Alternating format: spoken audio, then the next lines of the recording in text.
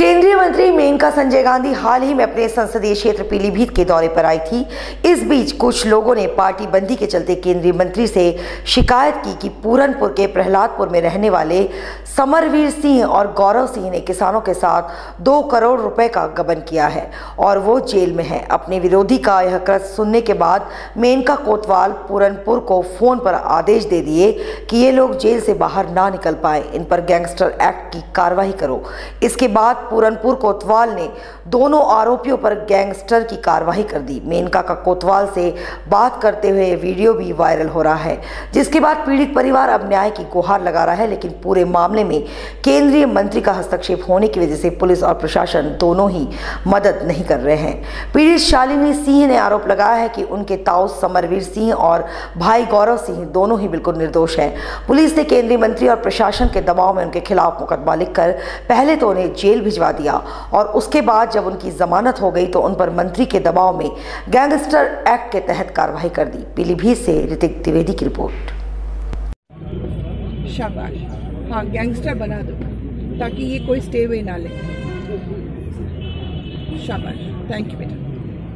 प्रशासन किसी भी तरीके से नहीं चाहता कि समरवीर सिंह आके उन असलियतों को बताएं जो किसी को जानकारी नहीं है। समरवीर सिंह को जानकारी है कि खाद्यान्न में क्या क्या कहाँ कैसे कैसे घोटाले हुए हैं और अरबों खरबों रुपए के जो होता है सरकारी विभागों का, तो सरकारी अधिकारी नहीं चाहते कि वो बाहर आके अपने उनके पोल खोलें। मैडम आपका? जी, मेरा नाम शालिनी सिंह है। क्या समस्या है आपकी? जी देखिए, मेरे भाई, बड़े भैया और मेरे ताऊ जी दोनों इस समय फर्जी केसों में जेल में हैं और बहुत ही संगीन अपराधों में। और ये जो कुछ भी हो रहा है, इसकी शुरुआत कहाँ से हुई थी, मैं आपको एक शॉर्ट में पूरी स्टोरी बताती हूँ।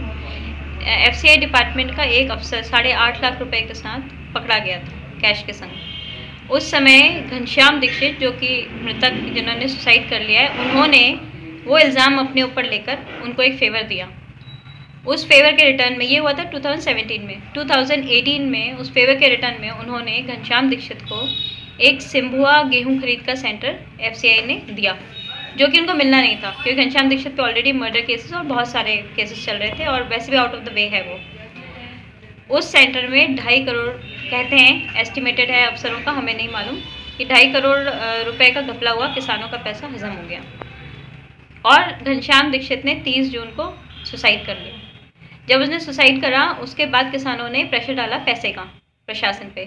प्रशासन उसके सुसाइड के बाद FCI के ही एक अफसर ने इस घोटाले की, जबकि घोटाला तो हो चुका था, उसको पहले ही मालूम था, जब तक घनश्याम जिंदा था उसने केस नहीं करा।